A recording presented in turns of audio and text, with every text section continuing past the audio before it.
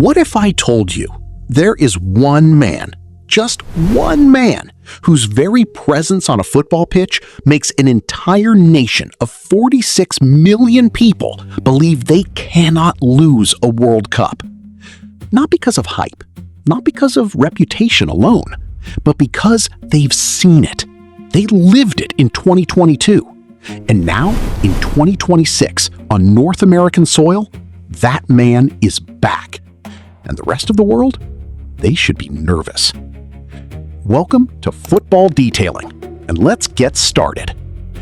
Today, we are breaking down why Argentina, with Lionel Messi confirmed in their squad, is not just a contender for the 2026 World Cup. They are the team every other nation is quietly praying they don't meet in the knockout rounds. We're talking about the coach who built this machine, the system that powers it, and why Messi, at 38 years old, remains the single most dangerous weapon in international football. Back-to-back World Cup champions. It's only been done twice in history. Brazil in 1958 and 1962, Italy in 1934 and 1938. Can Argentina become the third? Let's find out. Before we talk about Messi, we need to talk about the man who made all of this possible. Because without Lionel Scaloni, there is no World Cup in 2022. There is no Copa America. There is no dynasty. Scaloni is one of the most underrated coaches in world football, and I say that without hesitation. Cast your mind back to 2018. Argentina had just had one of their most embarrassing World Cup exits in recent memory, knocked out in the round of 16 by France.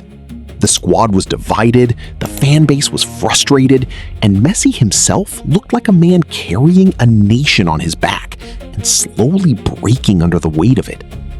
Enter Scaloni, a relatively unknown coach who had never managed at the highest club level. Most people didn't take him seriously. The appointment felt temporary, a placeholder while Argentina figured out what to do next. But Scaloni had a plan, and the plan was simple but genius. Remove the noise. Build a team, not just a squad. He cleared out the chaos. He stopped picking players on name alone. He built from the back with discipline, gave young players real opportunities, and crucially, he restructured Argentina around Messi in a way that actually protected and empowered him, rather than suffocating him with expectation. Tactically, Scaloni is a flexible genius. His base structure is a 4-3-3, but he shifts to a 3-2-5 in the high build-up phase, creating overloads in the final third. His teams prioritize defensive compactness first, then explosive transitions going forward. Argentina under Scaloni are hard to break down, quick to counter, and lethal on the press. He also proved something very important in 2022. He is not afraid of big moments. When Argentina faced France in the World Cup final, many expected him to go ultra-defensive against one of the most dangerous attacks in the world. Instead, he called back a fit Angel Di Maria, kept it secret from the opposition, and attacked the game. It worked. That is the kind of tactical boldness and psychological intelligence that separates good coaches from great ones. And now, heading into 2026, Scaloni has retained 17 players from the Qatar 2022 squad. The core stays intact, while also injecting fresh legs and new energy with talents like Nico Paz and Giuliano Simeone. He's not rebuilding, he's upgrading. That is the mark of a coach in complete control. Let's get into the system itself, because Argentina's style of play under Scaloni is genuinely fascinating. In possession, they're patient. They build through midfield with purpose. The spine of Rodrigo de Paul, Alexis McAllister, and Enzo Fernández is one of the best midfield combinations at this World Cup. De Paul is the engine, relentless, physical, covering every blade of grass.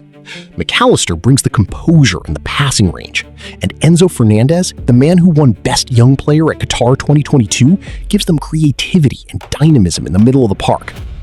Out of possession, Argentina press intelligently. They are not a team that chases the ball endlessly. That's not sustainable in a tournament setting.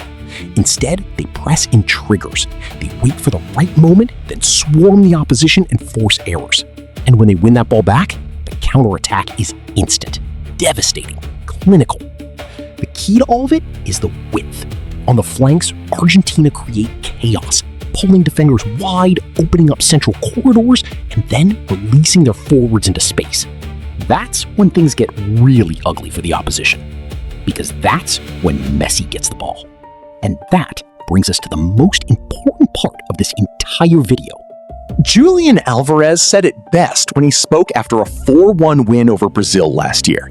He said, and I quote, "With Messi, we might have scored 2 or 3 more goals." Think about that. Argentina already beat Brazil 4-1, and Álvarez, one of the most clinical strikers in world football, still feels they left goals on the table without their number 10. That tells you everything. Rodrigo de Paul put it even more simply. He said, "The best version of our team is always when number 10 is playing, because he is the greatest of all time." This is not blind loyalty. This is teammates watching training every single day and knowing without any doubt that Messi changes the equation. But let's break it down tactically, because this is football detailing, and we don't just talk feelings here. We explain the why. When Messi is on the pitch, every single defender in the opposition has to think about where he is at all times. His positioning alone, even when he's not involved in the play, pulls defenders out of shape.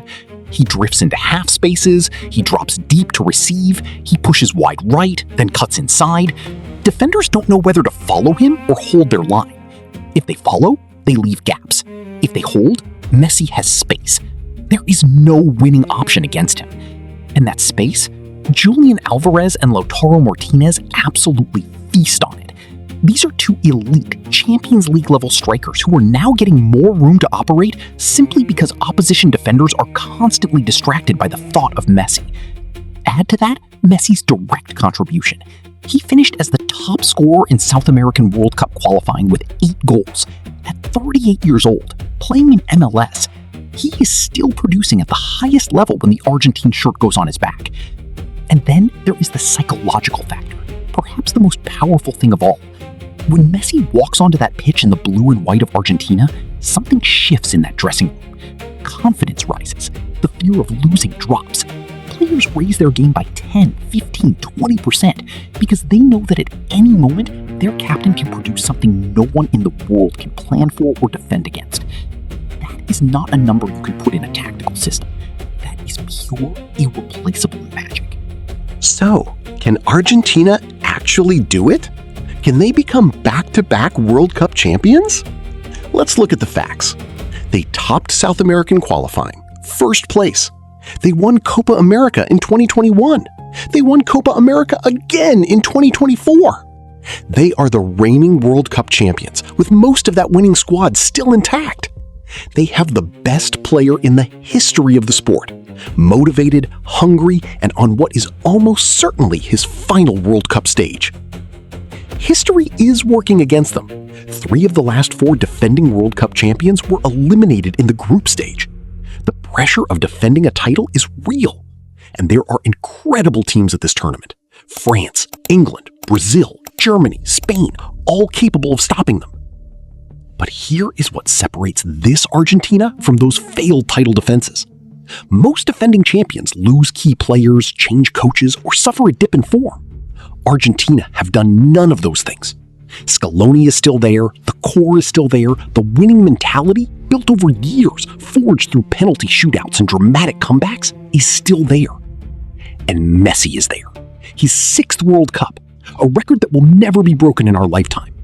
3 goals away from becoming the all-time top scorer in World Cup history.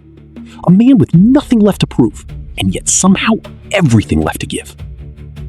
In Group J, Argentina face Algeria, Austria, and Jordan. On paper, it is one of the more manageable groups in the tournament. They should and will qualify comfortably. And once they're in the knockout rounds, with this squad, this coach, and this number 10, nobody is safe.